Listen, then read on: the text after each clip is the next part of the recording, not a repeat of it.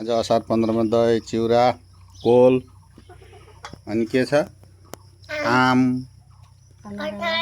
अनि त्यहाँ अनरस। अब हिलो खेत त त्यहाँ छ उ त्यो गमलामा राखेको छु त्यसमा हिलो हो त्यहाँ रोप्ने हो धान हो। यो पनि चाहिँ असार 15 ले नि खाँदैछ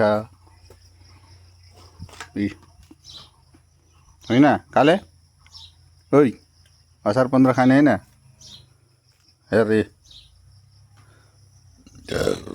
अगाइयो त टन्ने खायो रे कति खानु त धान रोप्छस् त धान रोप्नु सक्छस् साले गोरु।